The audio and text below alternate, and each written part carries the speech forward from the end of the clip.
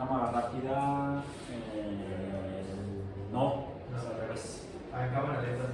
En cámara lenta sí, para un intervalo de eventos más extenso, requiere mayor número de imágenes por unidad de tiempo, más bien entre tiempo, velocidad, distancia de tiempo. Hoy, hablando de tiempo, es 21 de julio de 2022. 21 de julio. Semana 2 del trimestre. Semana 2 del trimestre 22. P, primavera en pleno verano. Solo en Maguán. 21 de julio. Hace 53 años había dos personitas caminando por la luna.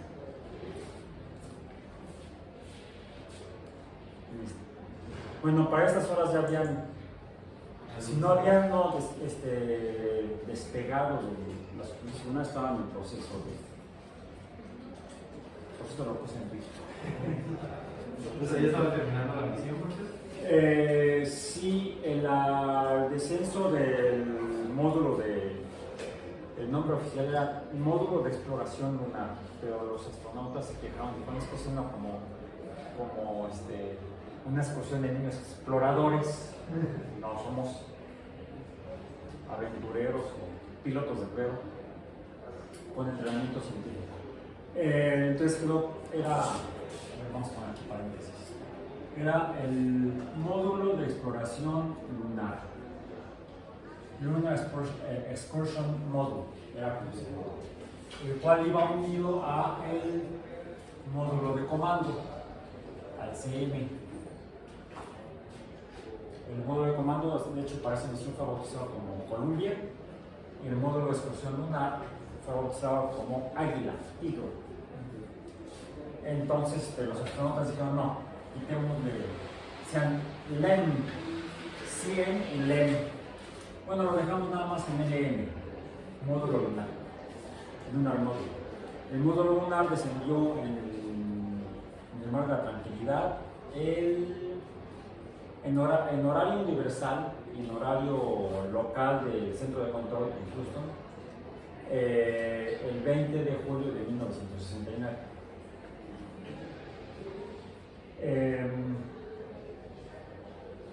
Pero la salida de la nave de hecho, antes de aventarse a caminar, volver a subir a la escalera para ver si podía regresar. Si no, en serio. De hecho, bueno, traigo una playera que es alusiva a. ¿Qué observan aquí? Me voy a acercar un poco.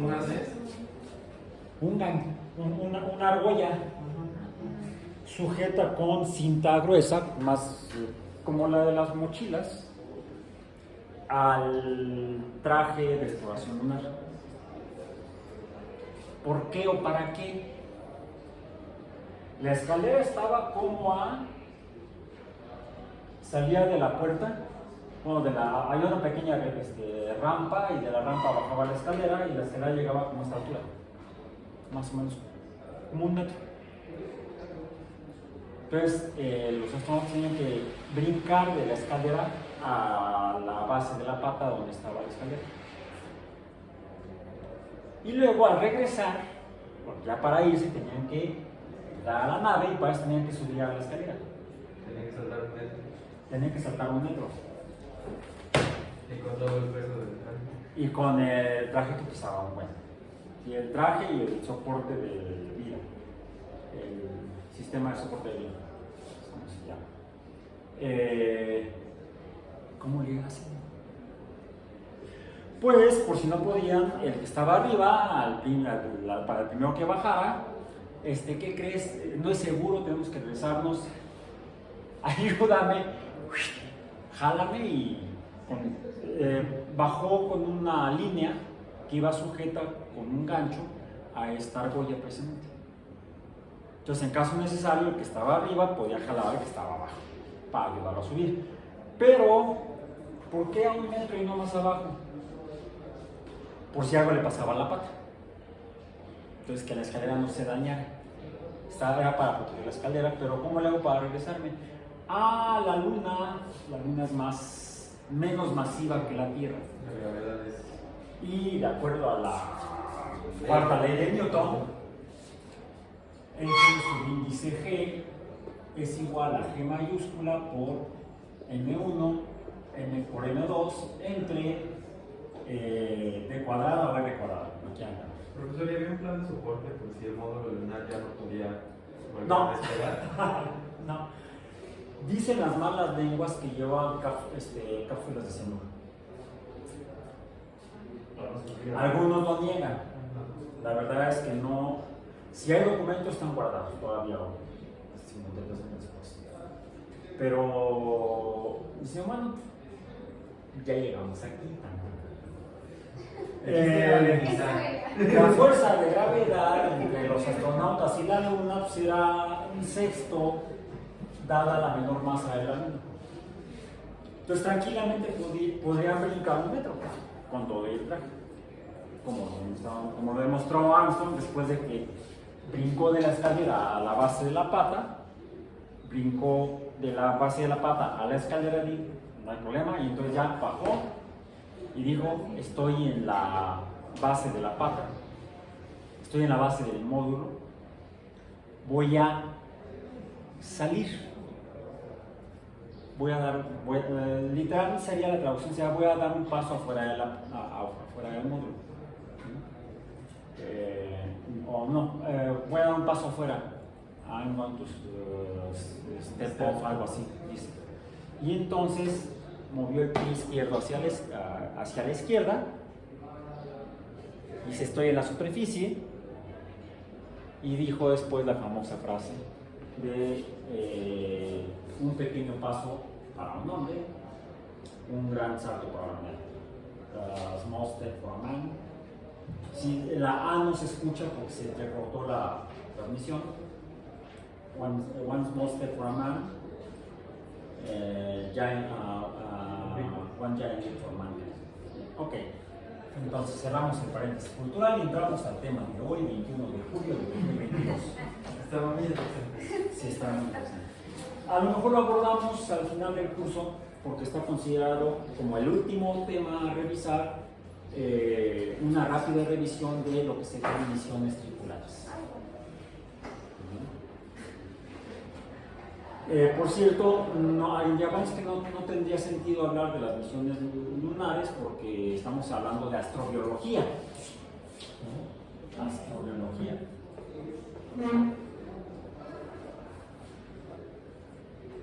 Y hoy podemos, de hecho, dar una definición un tanto modificada de la definición que hemos asumido desde la semana pasada. Podríamos definir hoy, en este momento, la astrobiología como la ciencia o el estudio, logos, el estudio de la vida en el universo. La ciencia que nos permite estudiar la vida en el universo. Y entonces necesitaríamos definir qué es vida.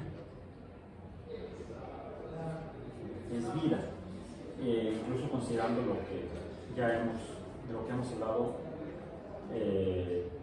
tanto la semana pasada como la sesión anterior, el martes pasado, 19 de julio, en esta segunda semana, del 22P. ¿Cómo podríamos definir la vida? La vida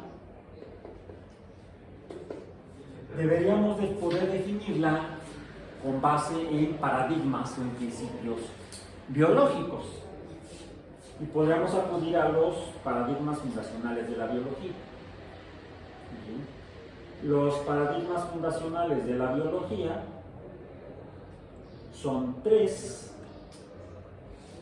la teoría celular, el primero, más antiguo históricamente.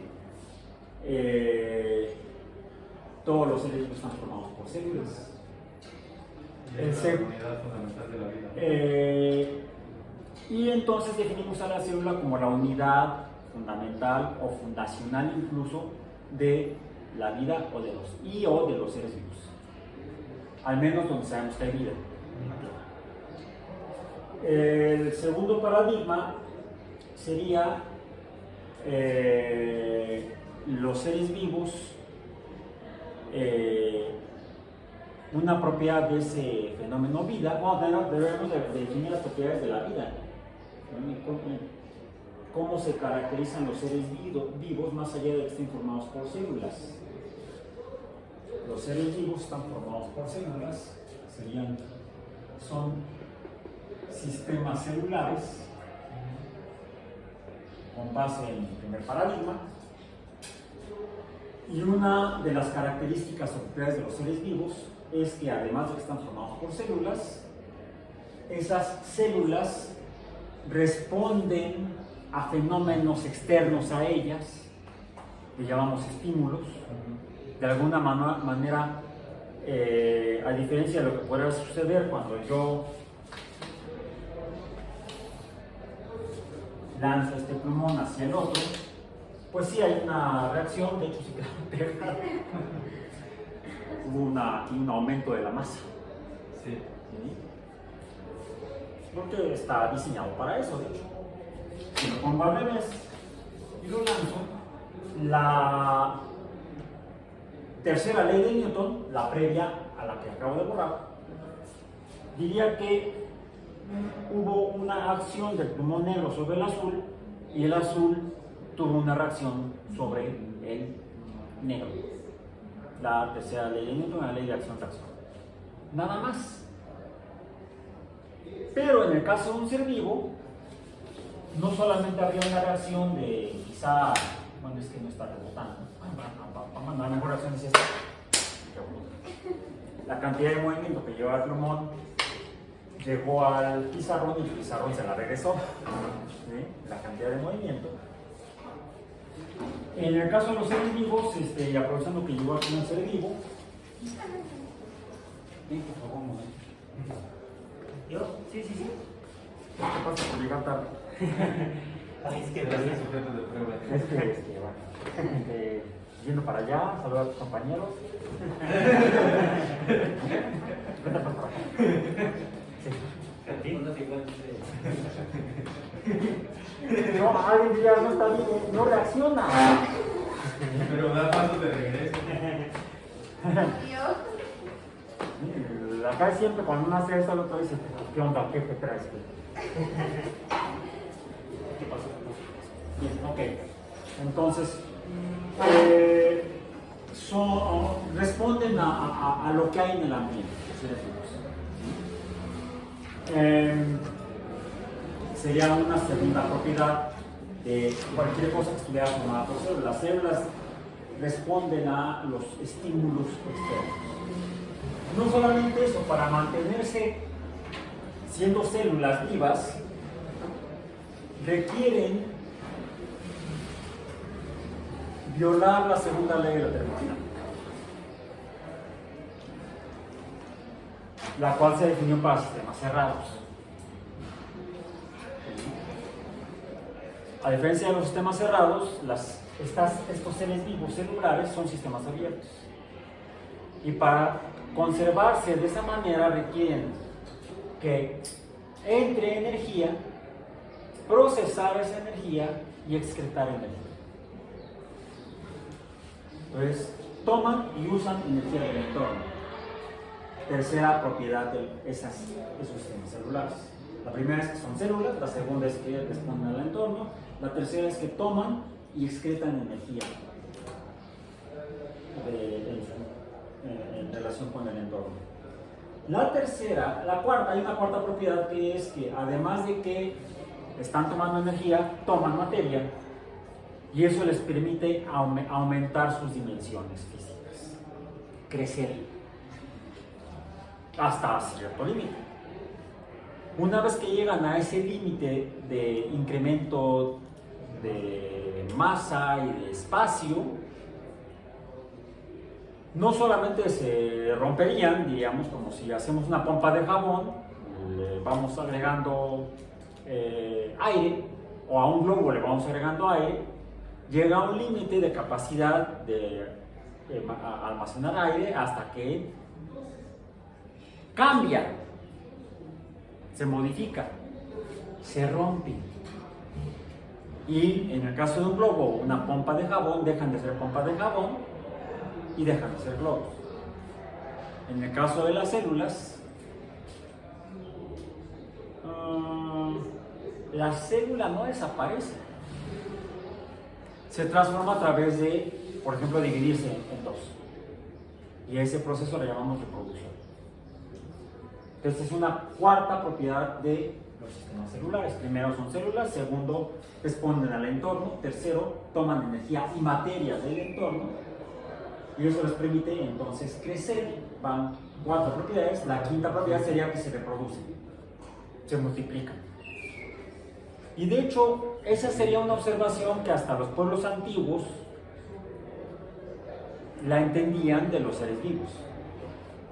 En el libro, en ese famoso libro titulado El Libro, ¿sí? Viene hasta una frase. Es más, una frase que incluye estas últimas dos propiedades: crecer y multiplicaos. No, más bien, creo que erró la operación matemática o aritmética. No era multiplicados, era divididos. ¿Sí? Las células se reproducen por división. No es que sí, aumenta el número, alguien diría es una multiplicación, sí, pero lo hace a través de pasar de un cuerpo entero a dos mitades. Entonces se está dividiendo 2 entre 2. De hecho, no es el único mecanismo de reproducción. Este proceso se llama la reproducción y no es el único mecanismo de reproducción. Diferentes seres vivos pueden presentar diferentes mecanismos de reproducción. Algunos efectivamente es por división o bipartición, se parten en dos. Otros lo hacen en más partes. Hay diferentes formas en las cuales, al menos en la Tierra, diferentes organismos han encontrado maneras de poder reproducirse. Se han diversificado las formas de reproducción. Pero se mantienen siendo seres vivos, y esa es la última y sexta propiedad de los seres vivos, que se conservan respondiendo al entorno, tomando, procesando y excitando materia y energía respecto al entorno, creciendo, reproduciéndose, y a ese proceso continuo de conservación de propiedades le llamamos homeostasis. Los seres vivos se mantienen a través del proceso llamado homeostasis. Son esas 6 propiedades las que distinguen a estos sistemas celulares. Y entonces se confirma el primer paradigma. El segundo paradigma fundacional de la biología tiene que ver con la reproducción. Bueno, en el proceso de reproducción, fuera por bipartición o por cualquiera otro, debe permitir que los resultantes, las células resultantes de la célula que se reprodujo, deberían continuar con estos procesos. De alguna manera, saber qué tienen que hacer para conservarse, procesar energía, responder al entorno, crecer, reproducirse y conservarse en homeostasis.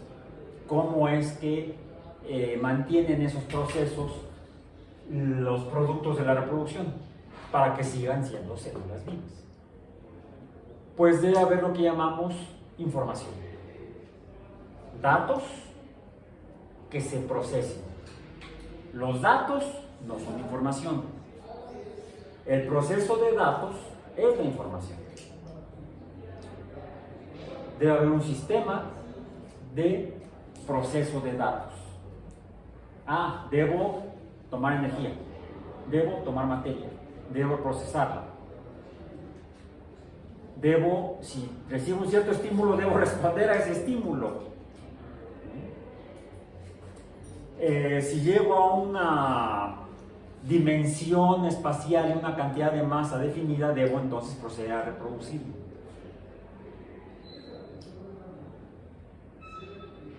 Esa información, ahora sabemos está en forma de genes. Segunda teoría fundacional de la biología, la teoría genética.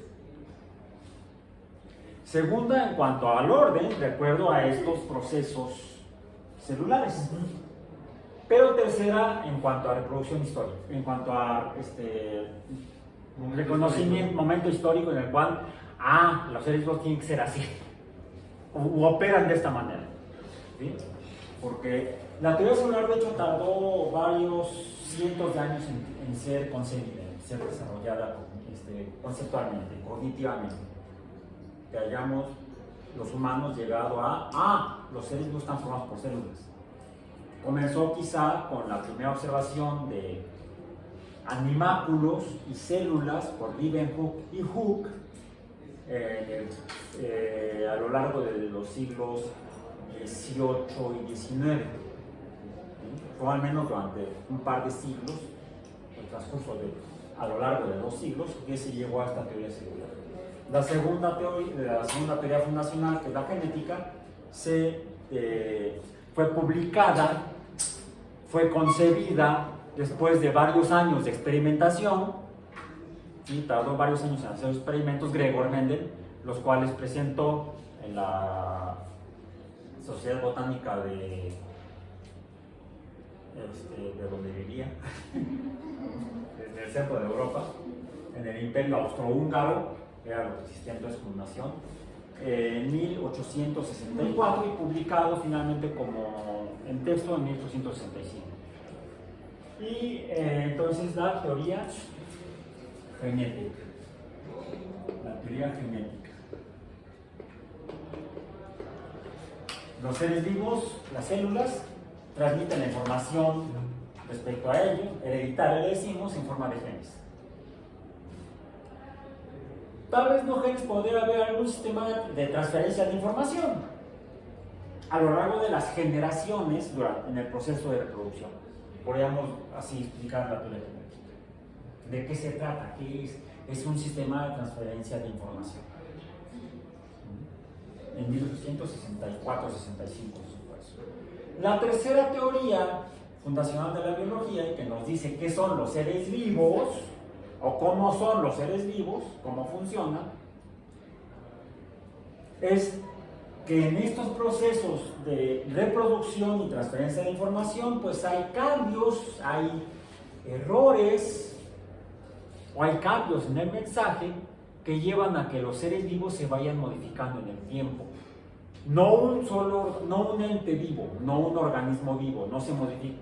Sí se modifica en el sentido de que crece, quizá cambie un poco su forma, ¿sí?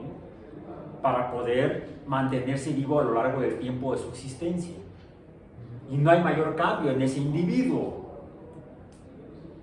Los individuos, de hecho, en ese sentido, si bien la célula es la unidad básica de la vida, en el proceso más largo de la existencia de la vida como fenómeno más allá de un individuo, la unidad no es el individuo,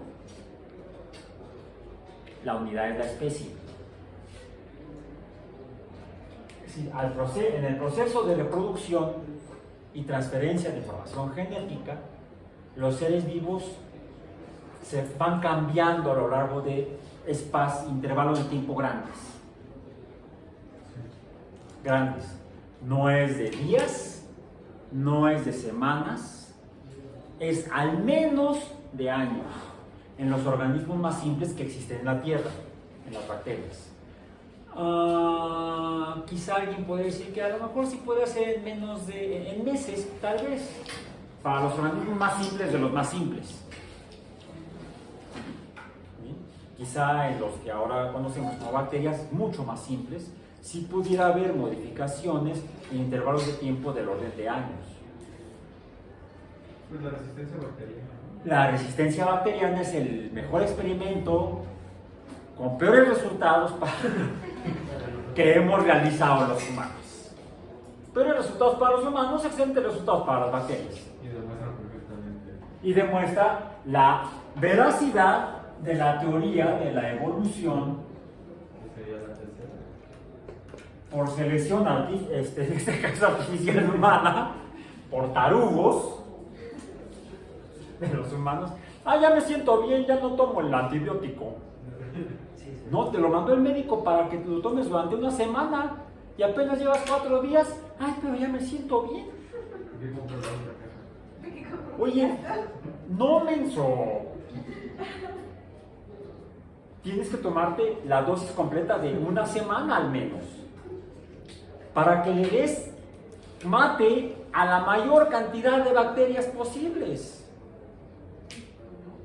Si no, las que no se han muerto por estos cambios en la transferencia de la información genética de las bacterias que se están reproduciendo, sí, algunas se van a morir, pero los que sobrevivan van a tener la información para ganarle al antibiótico y sobrevivir a pesar de la presencia del mismo. Evolución biológica. La hemos demostrado experimentalmente en los humanos en menos de 50 años. La penicilina se descubrió en la década de los 20 del siglo pasado, hace aproximadamente 100 años. Vamos a celebrar ya el centenario de la existencia de los antibióticos a partir del descubrimiento de la penicilina.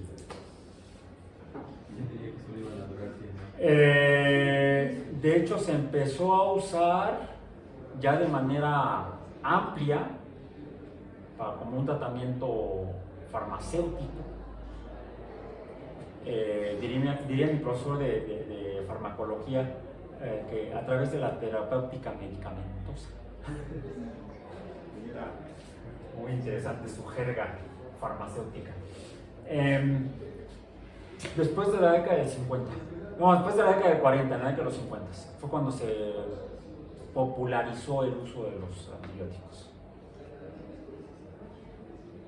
Como 20 años después del descubrimiento. ¿Y sí salvaron vidas significativamente? ¿Mande? Sí salvaron vidas significativamente. Sí. Pero el problema es que se vendían como caramelos en las dulcerías.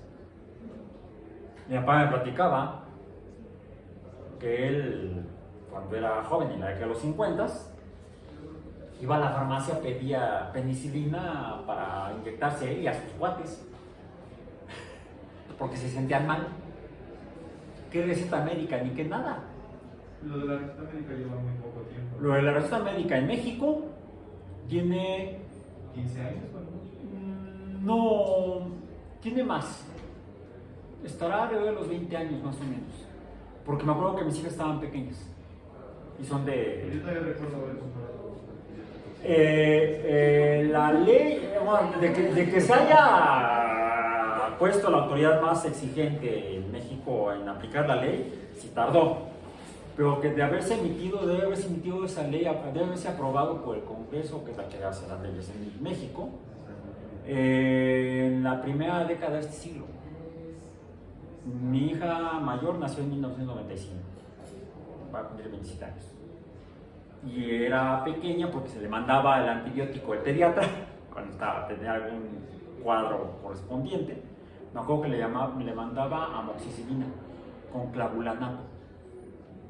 El antibiótico era la amoxicilina y el clavulanato era un inhibidor de reproducción de bacterias. O sea, ya era un antibiótico de segunda generación, porque ya había resistencia a las bacterias en la década de los 80 del siglo pasado. Hace como 40 años que empezamos a lidiar con bacterias resistentes. O sea, como 30 años después de la popularización del uso de antibióticos. ¿Decías? Pero se puede seguir sacando más interacciones de antibióticos o ya. Sí, se siguen desarrollando nuevos antibióticos. A través de entender mejor cómo funcionan cada especie de bacteria. Revisen cuál era el mecanismo de acción de la penicilina. Me parece que actuaba a nivel de pared celular. Inhibía la síntesis de los proteoglucanos de la pared celular de las bacterias. Entonces la bacteria no podía sintetizar su pared celular y entonces quedaba más expuesta a la acción de anticuerpos y todo el complejo del sistema inmunológico, en este caso de los humanos. Y entonces, ¡ganamos! ¿Cómo se llama esa película? Hay una película que es mixta, ¿no? Son dibujos animados en interacción con personas. El protagonista es el mismo que el de Arce de uno de los cazafantasmas, se me fue el nombre. Comediante americano. Donde la película trata de un antibiótico o algo así que se inyecta este cuate, Silvestre América, hablando de, en fin, nada más como un breviario cultural sobre el asunto de cómo funcionan los seres vivos y cómo sabemos que así funcionan. Ya lo hemos experimentado, lo hemos demostrado experimentalmente, lo dijimos en un momento. Entonces, si definimos a la vida como esto, no importa cómo estén hechos ni de qué estén hechos inicialmente los seres vivos, en donde los haya en otros astros, deberían operar de manera similar, con sus propios mecanismos de formación de células, de transferencia de información de un sistema celular a otro, no importa cómo esté hecha la célula, en ese cuerpo astronómico donde esté, y cómo se transforman en el tiempo. Porque ningún sistema de transferencia de información es perfecto. Digamos que una célula se reproduce y las dos células por partición y las dos células hijos a partir de la célula madre, la cual murió, desapareció, ya no existe, porque ahora tenemos dos células hijas. Y cuando crecen y se reproducen, se convierten en madres de otras dos células cada una, ahora tenemos 4, pero la madre desapareció, ya no existe como ente, sino que ahora está en forma de dos células hijas. Qué curioso, ¿no? Los mecanismos de reproducción se han ido cambiando conforme ha pasado el tiempo de la vida en la Tierra. Ustedes espero que todavía tengan la fortuna y la felicidad de estar con sus mamás, ¿sí? Nuestras mamás no desaparecieron cuando nacimos nosotros, cuando nos formamos nosotros.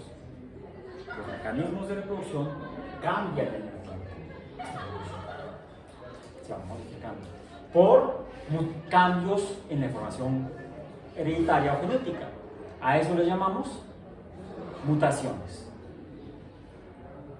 Las mutaciones son cambios, no son ni buenos ni malos. Bueno, son malos y hacen que el bicho se muera o que ya no se reproduzca. En ese sentido es malo para el bicho y para la especie. Pero es bueno porque permite la diversificación, la variedad, el aumento en la diversidad y variedad de los seres vivos que existen en un sistema donde haya vida.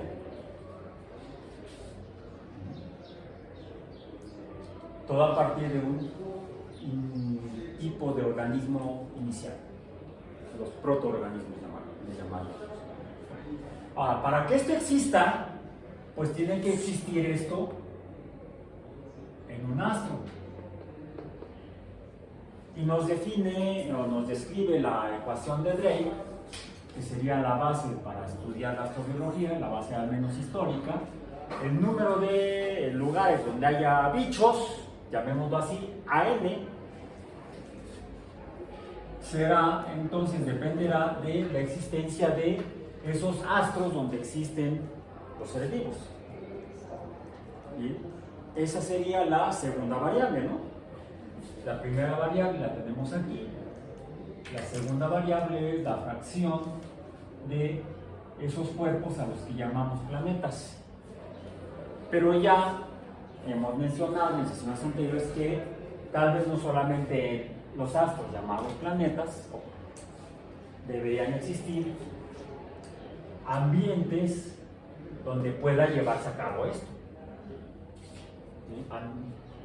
Ambientes ecológicamente viables en los cuales esas cosas puedan surgir. La fracción de estos sistemas donde aparece la vida. ¿Sí? Entonces tendríamos ahorita por lo menos 4 variables de la ecuación de Drake. Entonces, a ver. Existencia de vida. Esto es F subíndice L. Así definimos la vida. F subíndice L depende de esto. ¿No? Bien. N subíndice E, pues tiene que ver con las variables N subíndice E. Vamos a ponerlo aquí así. N subíndice E, ¿de qué depende? De las variables o propiedades físicas y de las variables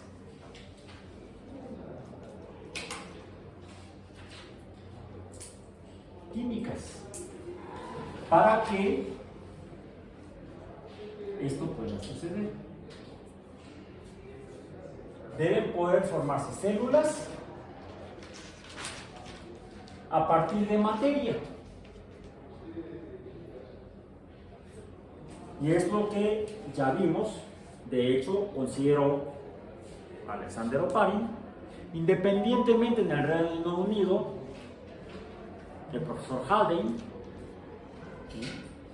Oparin en la Unión Soviética, Haldane en el Reino Unido, simultáneamente llegaron a esa conclusión de que se requieren ciertos elementos químicos para formar compuestos químicos que den lugar a la formación de células.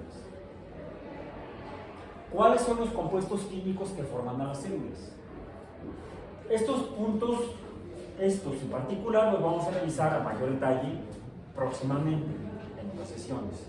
Ahorita nada más quiero que los recordemos un poco porque ya los mencionamos muy someramente. Vamos a recordarlos someramente cuáles son. Con este contexto, el cual también vamos a revisar en mayor detalle próximamente. ¿Sí? Entonces vamos un poco como queriendo avanzando, pero mejor nos regresamos para estar seguros de lo que vamos a considerar para poder saber de qué depende, qué tenemos que estudiar para saber que hay vida en algunos astros. La vida tiene que ser en el astro de esta manera. Depende de estas propiedades físicas y químicas, pero mencionemos ahorita por lo pronto las químicas. Se requieren entonces algunos elementos químicos. ¿Cuáles?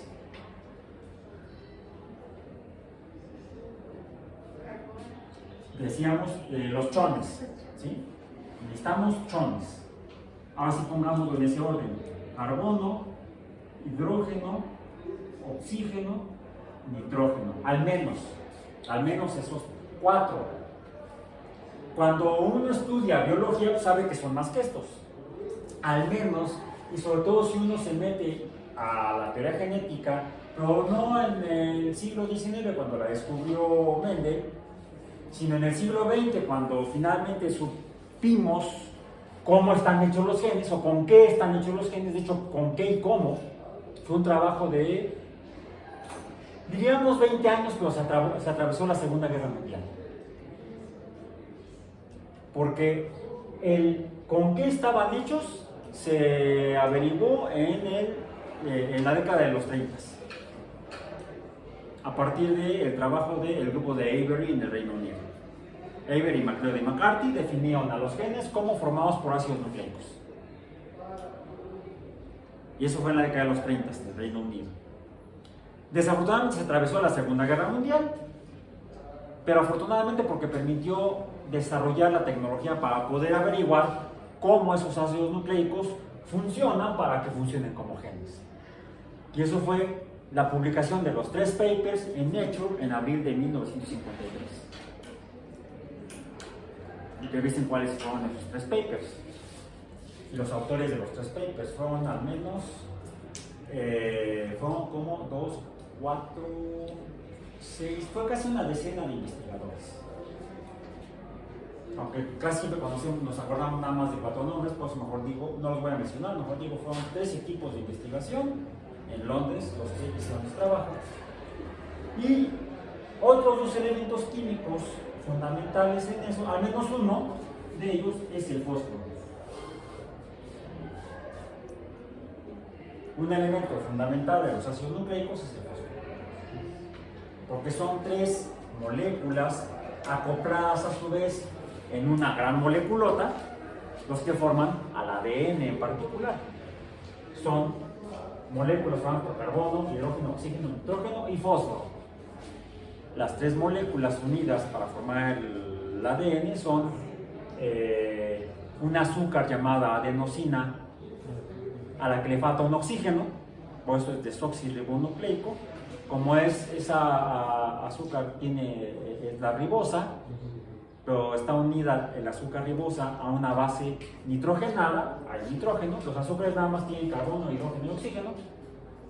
Las bases tienen nitrógeno, son bases nitrogenadas, de hecho por eso son bases, químicamente se comportan como bases o álcalis debido a la presencia del nitrógeno. Y están unidas por medio de un fosfato. Fósforo. Esos a su vez codifican la síntesis de unas moléculas fundamentales para la operación de las células, que son las proteínas, que a su vez están formadas por medio de aminoácidos, carbono, hidrógeno, oxígeno y nitrógeno. Pero dentro de esos aminoácidos hay un elemento muy importante que es el azúcar. Por eso diríamos que no solamente son los chones, sino los chons. Por cierto, con N, no con M. Chons, más difícil de pronunciar. Entonces los chons son fundamentales. Pero las células, al menos en este planeta, ¿con qué están hechas? La información genética está en forma de ADN, principalmente. El almacenamiento, al menos, de información. Por cierto, para que esa información se transmita, se requiere otro ácido nucleico, que no es el ADN. Esa cree que tiene la ribosa, pero con oxígeno. Porque la ribosa aquí está desoxigenada. El otro es el ácido nucleico que tiene la ribosa con oxígeno. Sería entonces el ARN, el ácido ribonucleico. Entonces son esos dos ácidos nucleicos los que hacen funcionar a los genes. De hecho, los genes son ADN, se procesan a través de ARN junto con proteínas que catalizan el proceso genético. Pero eso no sería vida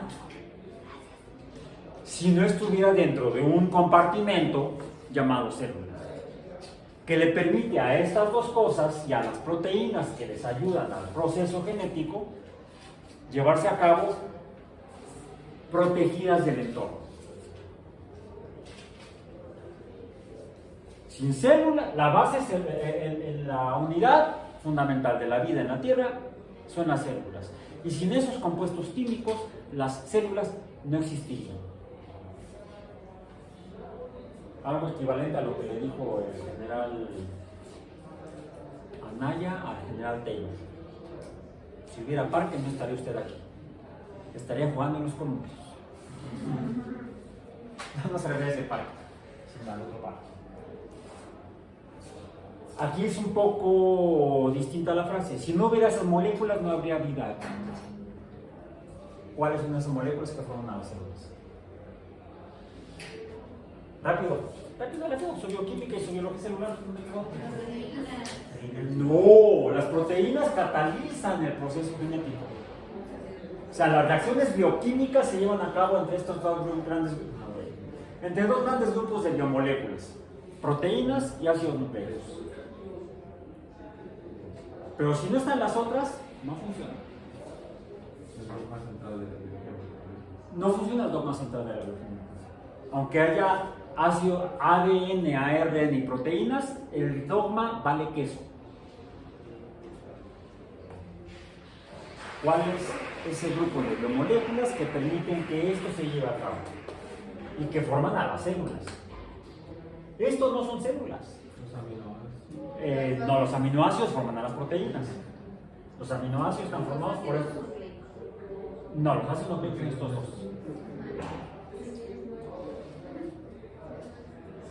Aquí estamos hablando de una brecha generacional de biólogos. Yo todavía fui formado en la antigua escuela. hace muchos años, hace 4 décadas. Yo entré a la licenciatura en 1979. Terminé en el 83. Fue cuando me titulé. 83. Y esto estaba medio en pañales.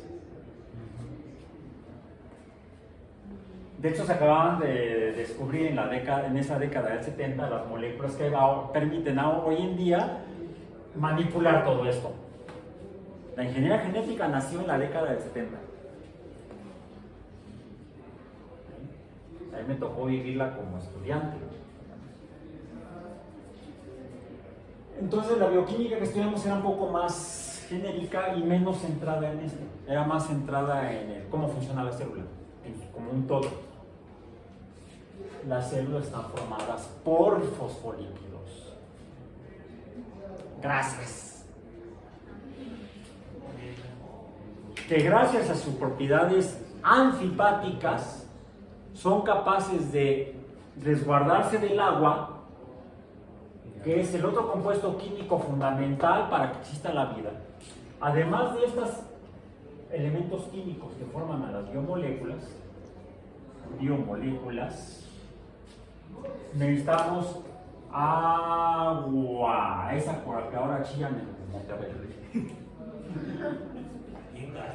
Y den las gracias al presidente anterior, que él fue el que entregó las concesiones de las cuencas hídricas a la iniciativa privada. Y ahora las cerveceras y las que tienen agua y la gente no. Ah, bueno, sí, que vaya y compre el agua en botella. Todo en nombre del mercado. La codicia. En fin, si hiciera paréntesis político. Es que no deja de salir. Entonces, en el agua se lleva a cabo todo esto. Sin agua no hay vida. Y eso nos lleva al último punto que mencionamos en la sesión pasada. A la zona habitable. Hay dos conceptos fundamentales que necesitamos considerar para continuar con el curso y poder saber dónde carambas buscar vida. La primera es una que depende de las propiedades físicas. De esa depende que haya una zona habitable para que esto se lleve a cabo. Necesitamos que haya agua, pero no en cualquier forma, sino decimos H2O subíndice L, agua líquida, porque el agua puede existir en 3 estados de agregación físicos. Sólida le llamamos hielo, líquida le llamamos agua, gas o vapor le llamamos vapor. Cuando pensamos en vapor siempre pensamos en agua difusa, como nubecitas. Cuando mencionamos hielo, inmediatamente pensamos en hielo de agua. Pero no es el único compuesto químico que puede existir en esos 3 estados de agregación física. De hecho, toda la materia, toda puede existir en estos 3 estados de agregación física. El oxígeno lo usamos, el oxígeno como compuesto químico, como oxígeno molecular, O2, lo usamos en tecnología espacial en fase líquida para poder almacenarlo y hacerlo reaccionar con hidrógeno molecular H2 en una reacción química que nos va a dar, de hecho, la formación de esto, H2 más O2 más un chispazo, vamos a llamarle energía, nos da esto y nos da esta energía química, se transforma en energía cinética o de movimiento. Entonces el cohete sale.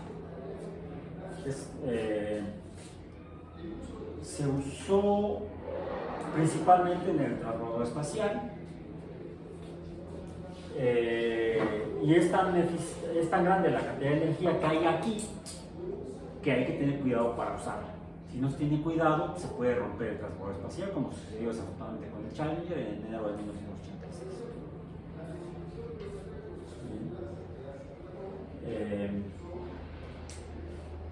El tanque de oxígeno líquido y el de hidrógeno líquido estallaron por una falla técnica.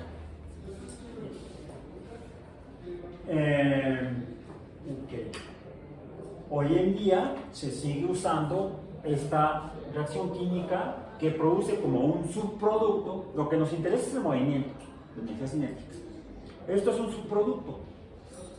De hecho, como se ve en algunas fases, cuando se hacen esto, se forma como una nube que va dejando el cohete. Y esa nube es vapor de agua, no agua líquida, es vapor de agua, que se va condensando en la columna de aire de la atmósfera. Conforme va saliendo el agua, después de la reacción de estos dos, en el movimiento del cohete. Bien, entonces,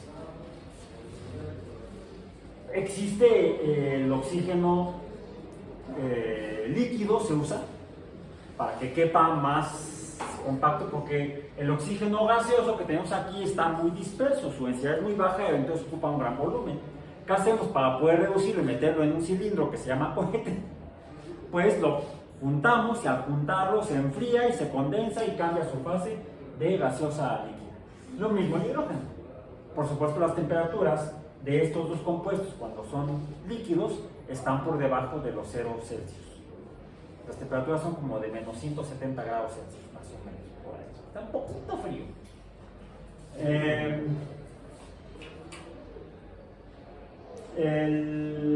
Otros compuestos como los azúcares, ¿en qué estado los encontramos? Al menos en la mesa lo encontramos en estado sólido, en fase sólida. Y la sacarosa, que es la que más frecuentemente usamos, es sólida. Pero si toman una cucharada de esa sacarosa y la ponen encima de la hornilla de la estufa, ¿qué sucede? No pasa nada, sigue sólida. No les dije que prendían la estufa todavía. Dije, pongan encima de la estufa, que pasa nada. Si prenden la hornilla y ponen la cucharada de azúcar, entonces sí cambia su estado de degradación de líquido a sólido. No, al revés, de sólido a líquido. ¿Bien? Si la retiran, al disminuir la temperatura, se vuelve a transformar de líquido a sólido. Entonces la materia puede transformarse de líquido a sólido dependiendo de temperatura y presión. Temperatura y presión, ambas, no solamente la temperatura.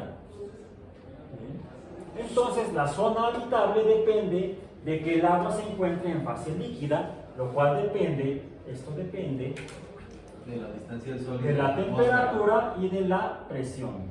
Y esto depende de la fuente no de temperatura, de la fuente de calor. Y depende exactamente de la Medimos la cantidad de calor de una manera indirecta a través de la temperatura. Deberíamos poder medir el calor a través del calor, con un calorímetro. Pero es más cómodo con un termómetro. Un medidor de temperatura. Hacemos una conversión de temperatura a calor. No me voy a detener en eso. Eso es parte del curso de física biológica. Bien, bueno, entonces.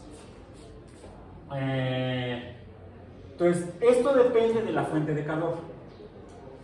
¿Y cuál es la fuente de calor que le llega al cuerpo donde hay las condiciones de temperatura? Las condiciones, esta E minúscula, de hecho se refiere a esto. La temperatura es una variable ecológica. De eso depende, eso define a los ecosistemas. Las diferencias en el valor de temperatura promedio en un ambiente definen la naturaleza del bioma. Por ejemplo, ¿en qué se diferencian el bioma del Ártico al bioma del desierto? Inicialmente dependen de la temperatura. Y dependiendo del valor de temperatura, es la presencia de agua líquida. Por cierto, en esos dos biomas es difícil encontrar agua líquida. En el bioma ártico es más fácil encontrar agua sólida que agua líquida. En el bioma del desierto, a veces ni el agua en fase de vapor. Sí la encontramos, pero por allá está en vapor y no se condensa. En cambio, el bioma del bosque lluvioso tropical, ahí encontramos una abundancia de agua líquida. No se diga en los biomas marinos, en los biomas acuáticos. Entonces, la presencia de agua, la propiedad E de E minúscula, depende de la temperatura. Y la principal fuente de calor cercana a los planetas, ¿cuál es? Su estrella. ¿Cuál es la primera variable?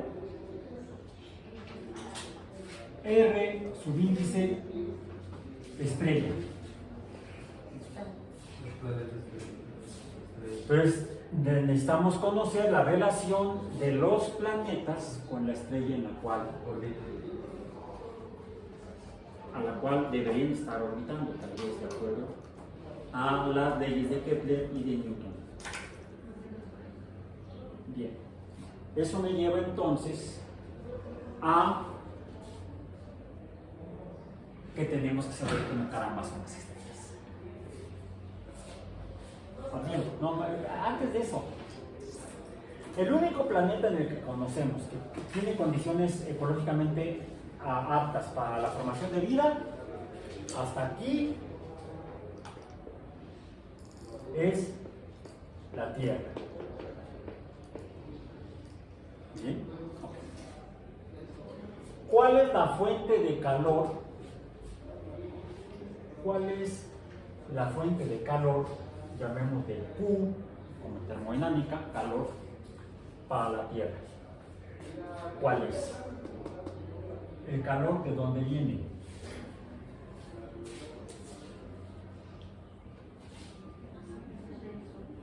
¿De dónde viene?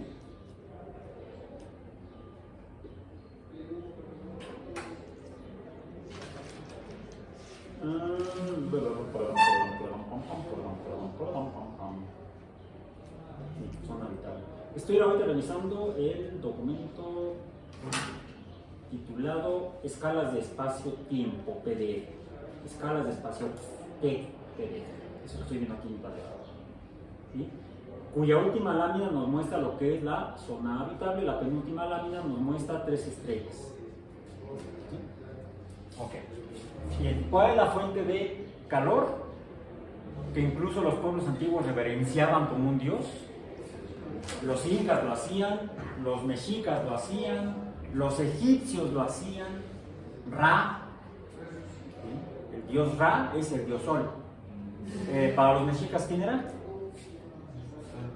Tonatiuh, el sol. ¿Por qué? Porque era la fuente de calor que daba la vida en la tierra. Ya se reconocía. Y ese era Tonatiuh, el sol. Sol, solecito, calientan un ratito, hoy y mañana y toda la semana. ¿Bien? Ok, el sol. Y los otros astros que veían los pueblos antiguos, ¿cuáles eran? Los pueblos antiguos veían 7 astros. Las estrellas. No, serían 8 tipos de astros. 8 tipos. No, sean 3 tipos. Las estrellas sean 3 tipos. Estrellas, el sol y la luna. ¿Ok? Estrellas. Pero de estrellas, entre las estrellas distinguían a 2 tipos de estrellas. Estrellas de cine y de televisión. No. Son estrellas fijas y errantes. Estrellas fijas y errantes.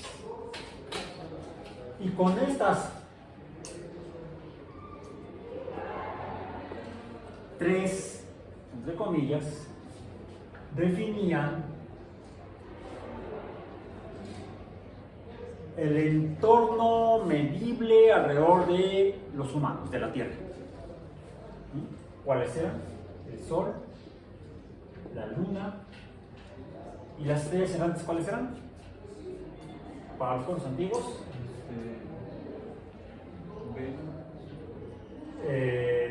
La más brillante, la estrella errante más brillante que más fácilmente se puede ver, aún en la Ciudad de México, es Venus. Pero, aunque es difícil verla, podemos ver cerca del horizonte y en este momento está antes del atardecer, justo cuando está atardeciendo, cuando está el sol poniéndose en el poniente, ¿sí? En el horizonte poniente. Después de que ya no vemos el sol, si está despejado y no hay mucha contaminación por gases o polvos en la atmósfera de la Ciudad de México, podemos tal vez ver una pequeña estrella, que es Mercurio, que no se aleja mucho en grados del sol. En el atardecer, como les digo, se ve ahorita, o antes del amanecer se puede ver hace algunos días, ¿sí? De hecho, este cambio de posición, de estar en un lugar y volver a estar en la posición, ya sea al atardecer o al amanecer, tarda alrededor de 40 y tantos días. ¿Sí? Sería lo que tardaría en cambiar la posición de Mercurio. A eso le llamaríamos órbita. Mercurio, luego sigue Venus, luego sigue Marte, luego miércoles, jueves y viernes. Mercurio sería el miércoles, Venus sería los viernes, Marte sería los martes. Hoy es jueves. Júpiter.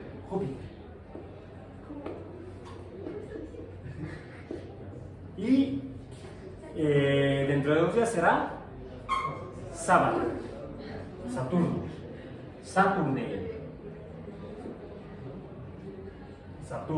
que por cierto ahorita se ve como a las 12 de la noche, 1 de la mañana, se puede ver sobre el horizonte oriente. ¿Y qué pasa con el domingo? ¿Qué pasó con qué? Con el domingo. Con el momingo. El momingo es el día del sol. Sunday. Sonntag. En alemán creo que es Sonntag, el día del sol. Como los que hablamos español somos muy... Es el día del Señor. Dominus. Sí, nos lavaron el cerebro hace 2000 años. No menos, porque pues, esto fue durante la Edad Media cuando llegamos. Antes éramos bárbaros, los hablantes del español en la península ibérica. Es más, no se hablaba español, no existía español. Era latín vulgar, que se hablaba en la península ibérica. De ahí se derivaron entonces 2 lenguas o idiomas, que son el español y el portugués. O se parecen tanto.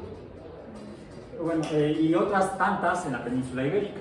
El catalán, el gallego, no sé, en España es donde menos español se habla. Que se hablan muchas otras lenguas, romances, derivadas del latín. Bien, ok. Pero por eso es que nos cuesta trabajo darnos cuenta que los días de la semana están en el cielo, en los astros. 7 astros, 7 días. Qué curioso, ¿no? Bien. Por cierto, la luna tarda ¿cuántos días en verse grandotota como una pelotota que alumbra el callejón?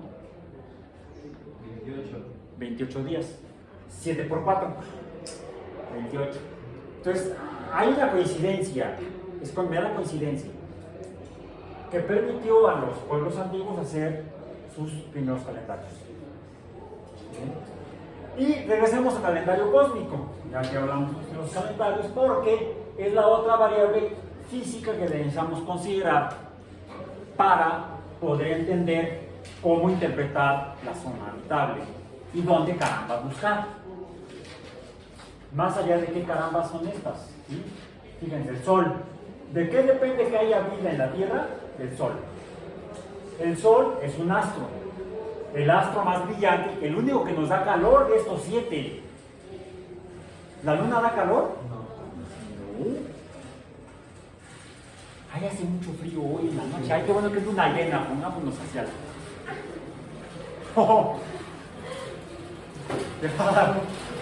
Hipotermia. Ok, entonces no.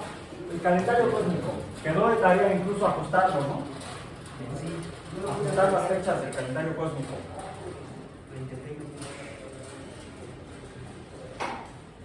4 líneas. ¿Cuántas columnas? 4 por 4 eran 16. No, es que serían 3 líneas. 3 líneas y 4 columnas, ¿no? Sí. 3 líneas y 4 columnas. Así que fíjate. Creo que sí, como hicimos la vez pasada. Ya me estaba yo. Ahí está. Bien. Hoy en día los cosmólogos sugieren o dicen que la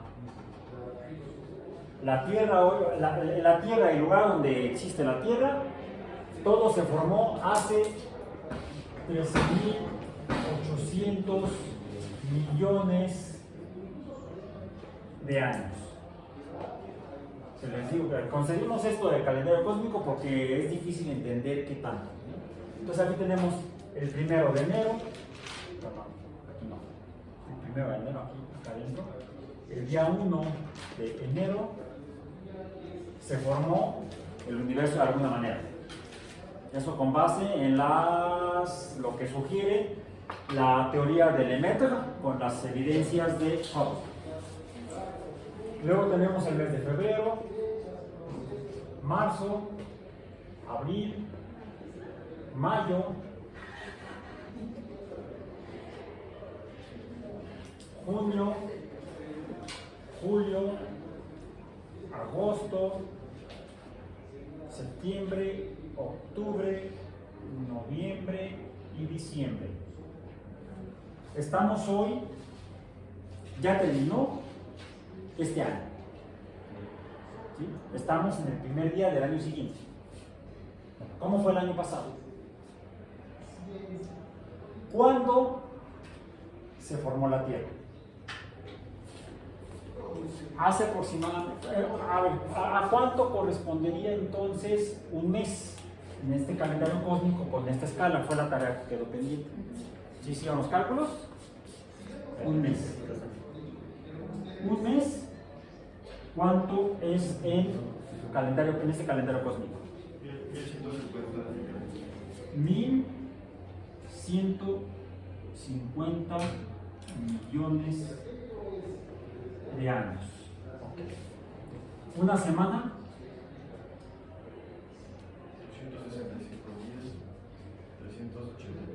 265 mil. ¿Sí? Millones. 265 mil millones no sería más que 1.000 millones.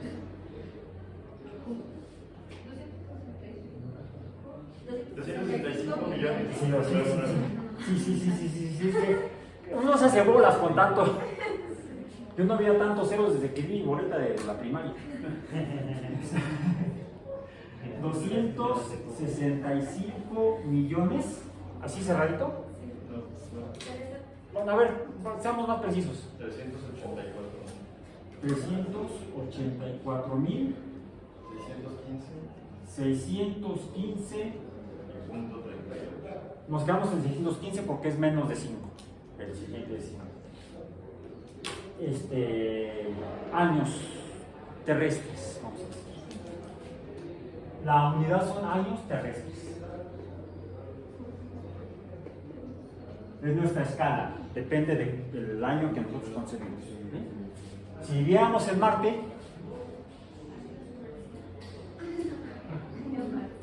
sería la mitad, porque el año dura el doble. El año, aproximadamente.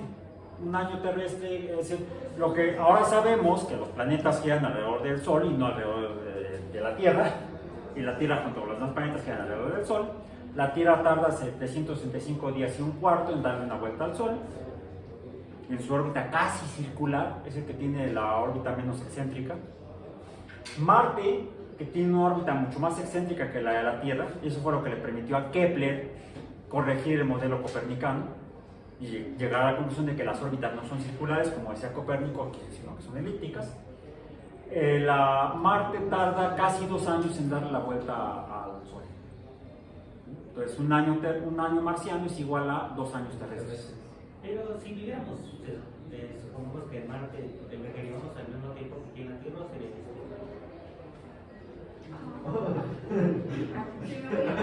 Muy buena pregunta, la cual no voy a contestar ahorita. ¿Sí? Apúntala, que no se nos vaya a olvidar, porque tiene que ver con esto, con lo que estamos estudiando con la astrobiología. Y con la otra variable que mencioné yo aquí, que es una variable física, que es el tiempo. Por eso acudí al calendario. ¿Sí? Porque no solamente depende de la temperatura y de la presión, que haya agua líquida, sino del tiempo. Si hay agua líquida, pero ¿cuándo? ¿En qué momento? ¿O no? ¿Hubo agua líquida? ¿O habrá agua líquida? De eso dependerá cuándo existan las condiciones ecológicas ambientales necesarias para que surja la vida. Entonces depende del tiempo. Por eso es importante esto. Por eso fue importante.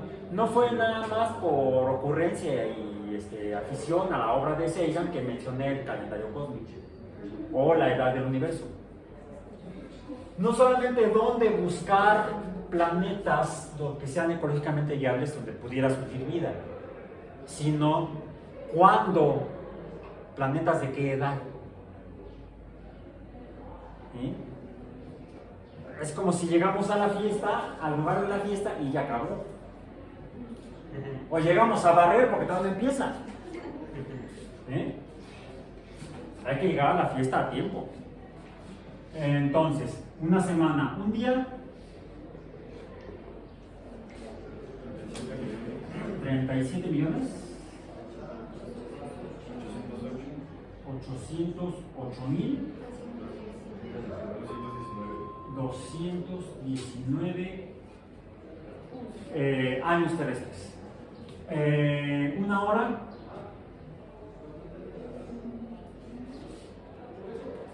nos falta 1 minuto y 1 segundo. ¿Una hora cuánto es?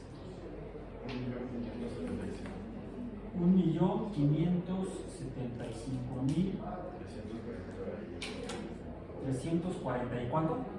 2 años. 1 minuto,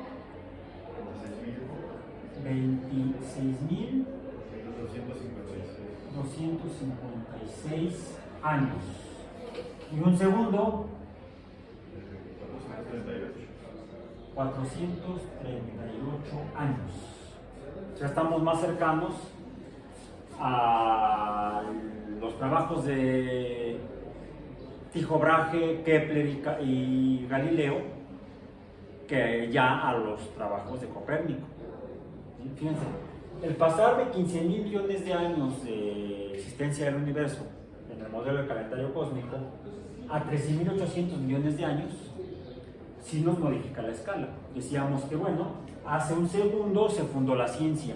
Eso sería de acuerdo a lo que propuso Sagan hace 42 años, 1980. ¿Sí? Ya ajustado a este calendario que presentaron con base en el guión de Drian y Soter que presentó en pantalla Neil Tyson, pues ya estamos más bien en el siguiente siglo. Ya no en el tiempo de vida de Copérnico, sino en el tiempo de vida de Brahe, Kepler y Galileo. Ya formalmente en la fundación experimental de la ciencia moderna y de la astrofísica. Formalmente la astrofísica la fundó al fusionar la herramienta matemática necesaria con la representación más precisa del sistema solar, Kepler, que Copérnico. El modelo de Copérnico es matemático-filosófico, porque todavía alude a que las órbitas son circulares porque el círculo es perfecto. Todavía agarrándose del clavo ardiente de la filosofía aristotélica. ¿Sí? Los círculos son perfectos. Pues no. Bueno, sí, los círculos podrían ser matemáticamente perfectos, pero no representan las órbitas de los planetas. Los planetas orbitan alrededor del Sol y quizá de otras estrellas en órbitas elípticas, en órbitas circulares. Entonces, ¿cómo buscar planetas en otras estrellas? Me estoy adelantando un poquito, porque ahorita estoy poniendo muy exigente en cuanto a la construcción del conocimiento. Pues tendrá que seguir las leyes de Kepler. Así tendremos que hacerle para buscarlos. Ok, entonces, ¿cuándo surge la vida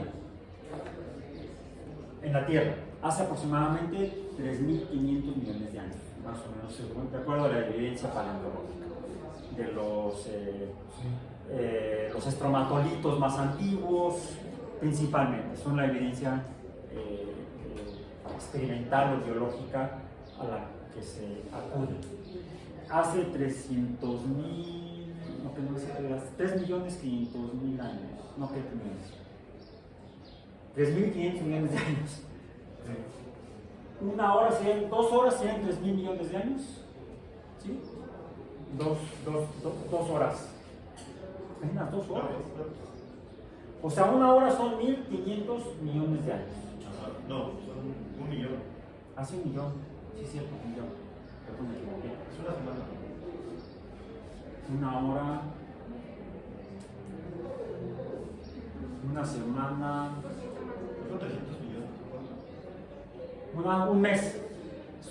La vida surge en la Tierra. La vida. No voy a dar un espacio porque antes de la vida está la Tierra y antes de la Tierra está el sistema solar. Entonces voy a poner aquí más con otro color. Que sea tan azul. La vida surge aproximadamente hace 3.500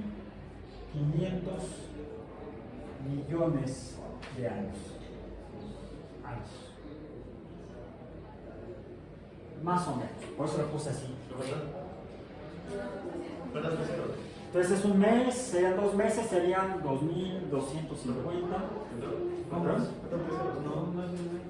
Sí, aquí son 3 millones, ¿verdad? 10 meses. Aproximadamente 3 meses. Son 3 meses. Quiere decir que a principios de octubre, vamos a ponerlo con verde para que parezcan más bacterias. Por aquí entonces se habrán formado las primeras bacterias y sus colonias. Principios de octubre. Bien. En el calendario cósmico anterior, ¿cuándo fue? Hicieron el dibujito por ahí, si no está en el video. ¿Cuándo fue? Era la mitad de octubre. A mediados de octubre, ¿no? Entonces sí se recorrió como 2 semanas. 2 semanas antes. A principios de octubre surge la vida en la Tierra. Aproximadamente, como dices, 3 meses atrás, de hoy, hace 3 meses. Más bien de ayer, hace 3 meses. La vida en la Tierra. La Tierra todavía se sostiene el hallazgo obtenido por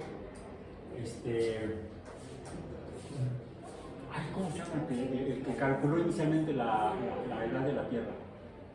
Lo tratan en uno de los capítulos de Cosmos.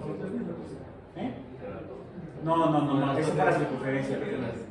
La edad de la Tierra la calculó experimentalmente con base en el decaimiento isotópico del plomo.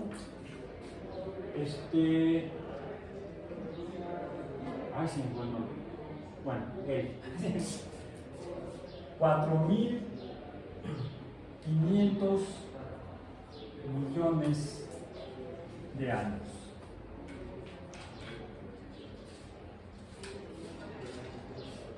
4.500 millones de años. O sea, como que durante 1.000 millones de años no hubo las condiciones ecológicas apropiadas en la Tierra para que se formaran los organismos más simples.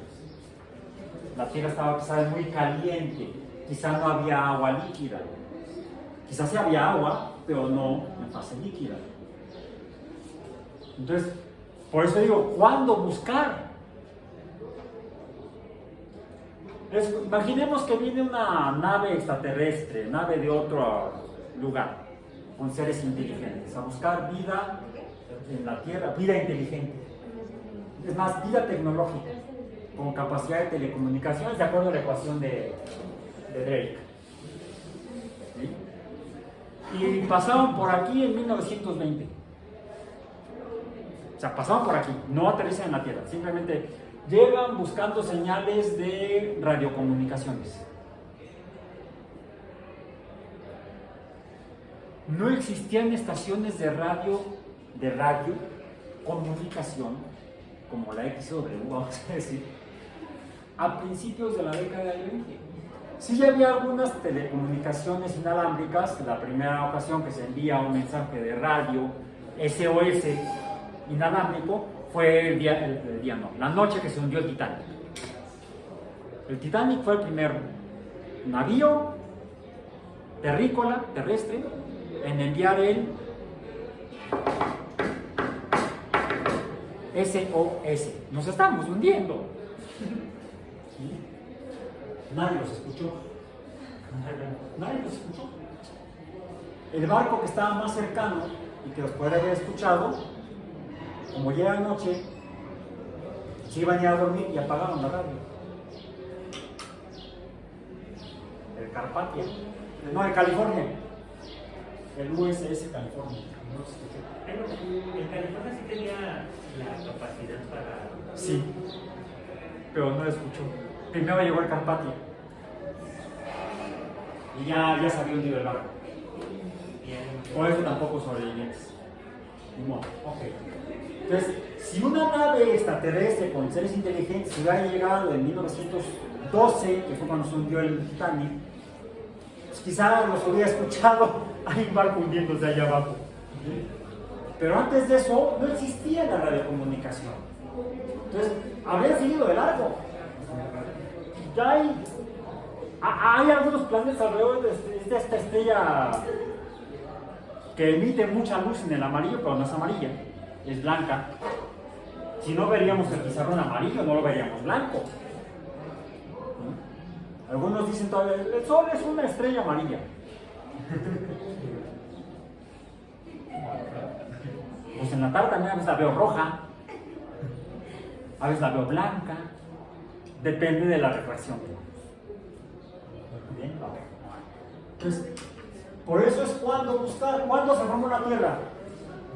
1.000 millones de años antes, o sea, durante la primera semana de septiembre, ¿no? Un mes más atrás. Entonces, aquí se formó la Tierra, ese planeta azul. Bueno, ahora azul. Cuando se formó no era azul, quizá estaba rojo, porque estaba caliente. Ahí está la Tierra, recién formada. ¿Cuándo se formó el Sol? El Sol se formó hace 5.000, aproximadamente 5.000 millones de años. ¿Cuándo se formó el Sol? Hace 5.000 millones de años. Quiere decir que sería pues por ahí de finales de la primera semana o principios de la segunda semana de agosto. Aquí se habrá formado el Sol.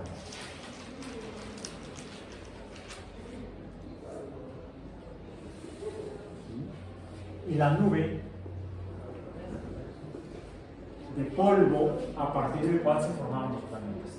Entonces, en este proceso se da la formación de planetas a lo largo de este mes de agosto. Imagínense que otra nave que viene de otro sistema estelar en el cual ya evolucionó vida, hubiera llegado hace 5.000 millones de años por aquí. Pues hay una estrella en formación y un montón de polvo ahí está acumulando un poco, allá otro más, allá más.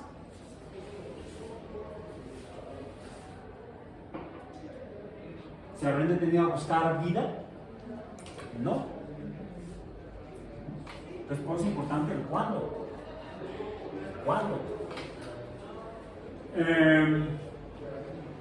Lo mismo tendríamos que ver cuándo se formaron los cúmulos de estrellas, que son las galaxias. Los conjuntos, los grandes conjuntos de millones de estrellas. Pero para eso tendríamos nosotros que haber entendido que el Sol es una estrella.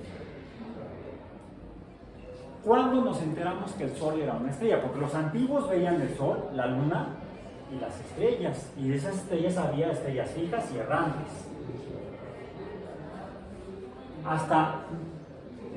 Hasta poco antes de hace un segundo y fracción, nos enteramos que estas estrellas errantes no son, bueno, mentira, fue en esta época.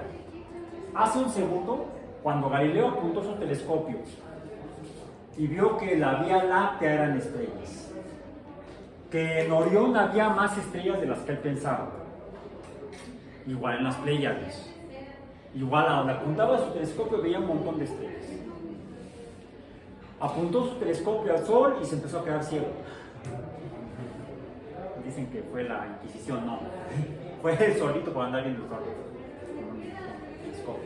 Descubrió las manchas solares, eso sí. Apuntó su telescopio a la Luna y encontró que era como la Tierra. Los antiguos veían a la Luna y al Sol como, de hecho es lo que dice en el libro ese ya titulado el libro, el lucero de la noche y el lucero del día. El lucero del día el Sol, el lucero de la noche la Luna. Y yo a veces de día veo la Luna. Y a veces la veo completa y a veces la veo incompleta. Como que no es igual a esta. Hay una diferencia. Pero no la entendían muy bien los que llegaban a cuestionar esas visiones teológicas. Es Galileo el que descubre que la Luna es un mundo como la Tierra. Hace apenas un segundo. Y en este mismo segundo, cuando apunta su telescopio a Marte, ve un disco que no le dice nada, pero ve un disco. Cuando apunta su telescopio a Júpiter, ve otro disco. En cambio, cuando apunta su telescopio al resto de las estrellas llamadas fijas, se ven como puntos de luz. Más brillantes, menos brillantes unas que otras, pero solamente como puntos de luz, no como discos. Entonces distingue que las llamadas estrellas errantes no son como las estrellas fijas. Cuando observa su telescopio hacia Venus, observa que se comporta como la Luna. Dependiendo del día en que vea a Venus, lo ve como un disco completo o como un disco parcial, como la Luna. Y es lo que le hace pensar que Copérnico podría tener razón. Junto con el hecho de que encuentra alrededor de Júpiter, ahí sí las alcanza a ver solamente como puntos de luz. Antier les mostré una fotografía donde se ven como rayitas porque es una fotografía tomada en un intervalo de 10 segundos. Entonces el punto está movido. Es como cuando uno se toma una foto y se mueve, pues sale movido, sale rayado. Técnicamente se llama fotografía. Vamos a tomar una fotografía rayada. Uno mueve la cámara o mueve los objetos y sale rayado. Depende del tiempo después. Si uno ve en un momento dado con un telescopio pequeño, un telescopio de aficionado, hacia Júpiter, ve esas mismas estrellas como puntos de luz, como estrellas. Y es así como las llama en su libro titulado El mensajero sideral. He observado 4 estrellas que nadie antes ha visto moviéndose alrededor de Júpiter. Las estrellas medicias. ¿Y qué se mueven alrededor de Júpiter? No alrededor de la Tierra. Entonces Copérnico podría tener razón. Pero el hecho es que Venus, Marte y Júpiter no son puntos de luz. De hecho, también ve Saturno y lo ve con orejas. Ve un disco con orejas. No lo entiende, pero sí no son puntos de luz. Entonces hay al menos diferentes tipos de astros. Estrellas fijas, el Sol, que tiene manchas, la Luna, que es como la Tierra, tiene montañas, valles. No hay mención de Mercurio en el libro de Galileo.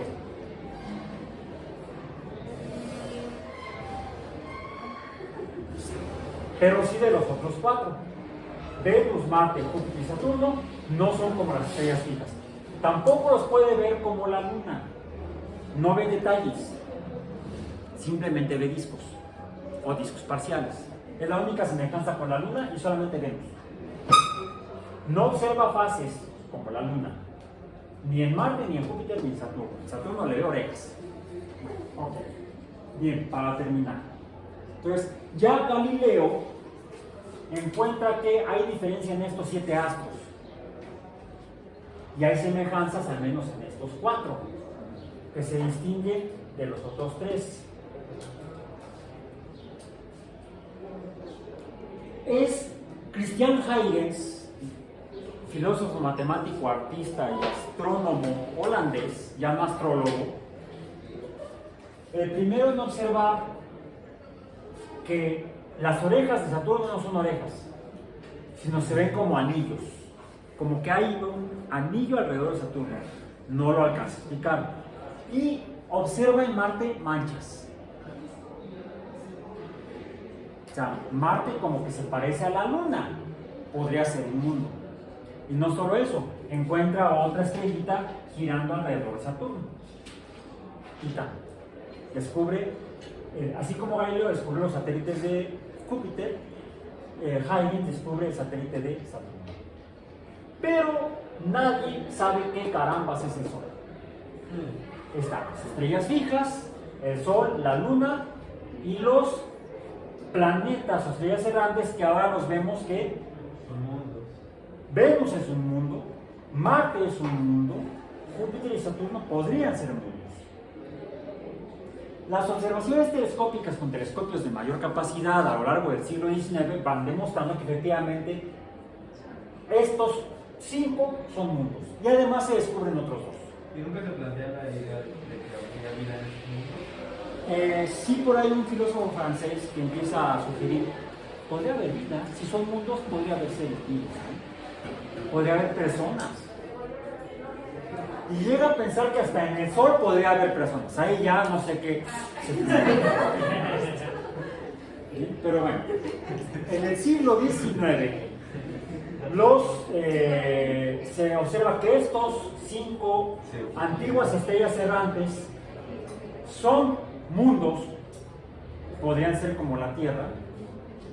Se descubren otros 2, el primero que se descubre después de Saturno, bueno, adicional a Saturno y más lejos que Saturno, lo descubre un astrónomo inglés nacido en lo que ahora es Alemania, Wilhelm Herschel, renombrado William Herschel, músico y matemático y astrónomo, que se convierte entonces en el matemático y astrónomo de la corte británica, que descubre el planeta Jorge.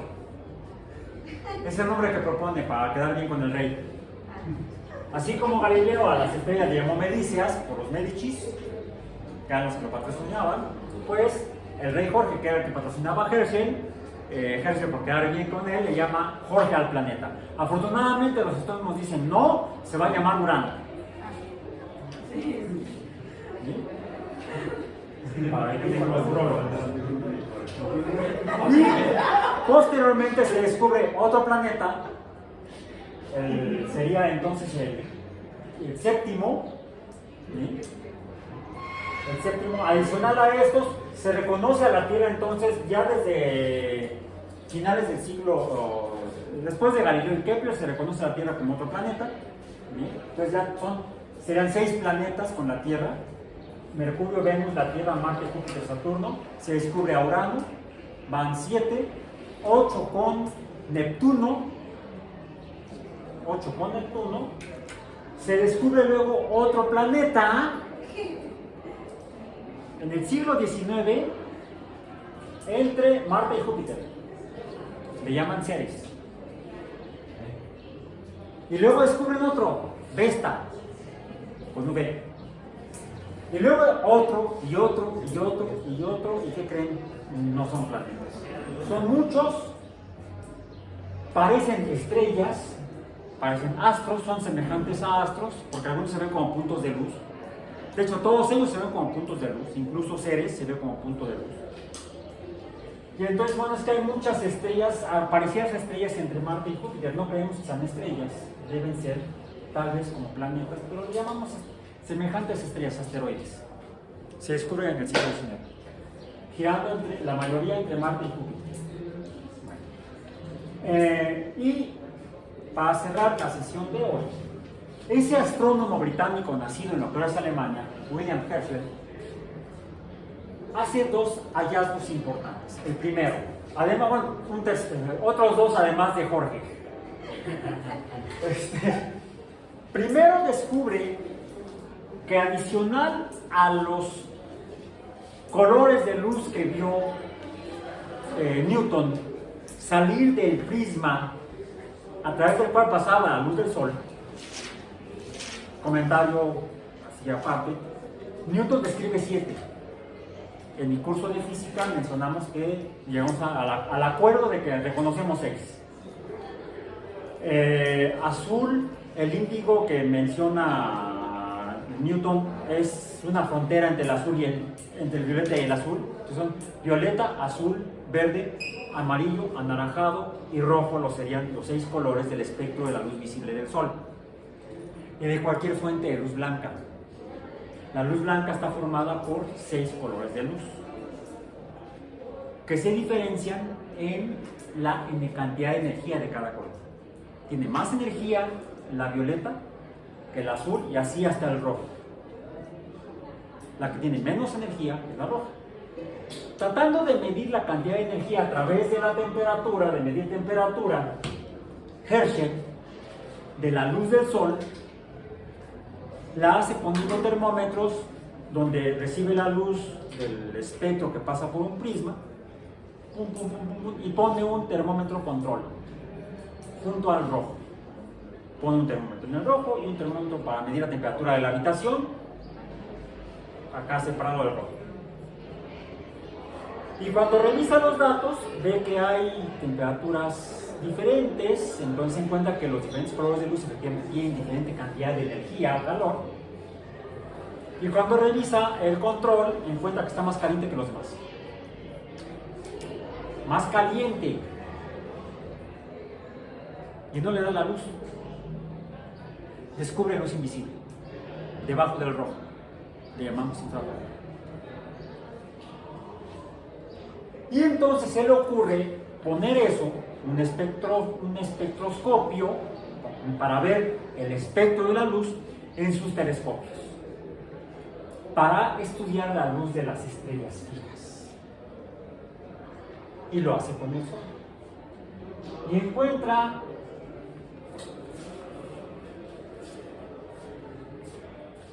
que igual que el sol, las estrellas emiten espectros similares. En otras palabras, las estrellas son soles, solo que muy lejanos de la Tierra. Y el Sol es una estrella la más cercana a la Tierra. No solo eso, sino que a partir de entonces es el tercer hallazgo que hace. Entonces, ya descubrió a Jorge, descubre el infrarrojo y descubre que las estrellas son soles, o el Sol, y el Sol es una estrella. Y a partir de ahí funda una nueva rama de la astrofísica, que es la espectroscopía astronómica, o astronomía espectroscópica, que permite entonces empezar a ver que hay estrellas diferentes que son estudiadas a lo largo del siglo XIX y que dan lugar a a su organización en lo que ahora conocemos como el diagrama Hertzsprung-Russell, en el que se colocan las diferentes estrellas en diferentes, dependiendo de los espectros y la frecuencia de la luz que emiten, y permite inicialmente pensar que son estrellas en diferentes fases de su vida y que van cambiando sus aspectos conforme van envejeciendo. Bueno, ahora sabemos que también depende, usando la ecuación que ya borré, la cuarta ley de Newton, que las estrellas se deben formar por atracción de la masa de polvo que está alrededor de las estrellas, polvo y gases, principalmente hidrógeno. Si hay mucho hidrógeno, hay mucha masa, esa masa se atrae gravitacionalmente y entonces empieza a colapsar para formar estrellas. Porque se juntan, se condensan, cambiará su estado físico, pero además están colisionando. Realmente llegamos a entender hoy en día cómo se forman las estrellas y por qué emiten luz, no por lo que se sabía de la química en el siglo XIX, sino gracias a el planteamiento o descubrimiento de dos inicialmente hipótesis y ahora teorías. La teoría de la relatividad especial de Einstein y la teoría cuántica. Las dos nos explican, primero, por qué se forman las estrellas, que es importante la cantidad de materia a partir de la cual se forman, y segundo, por qué emiten luz, y la luz que emiten y permite entonces reinterpretar el diagrama Hertzsprung-Russell, por qué la luz que emiten depende de la cantidad de materia a partir de la cual se forman. Seguiremos revisando la formación y evolución de las estrellas en la próxima sesión, la próxima semana. No se pierdan el próximo episodio. Por hoy terminamos.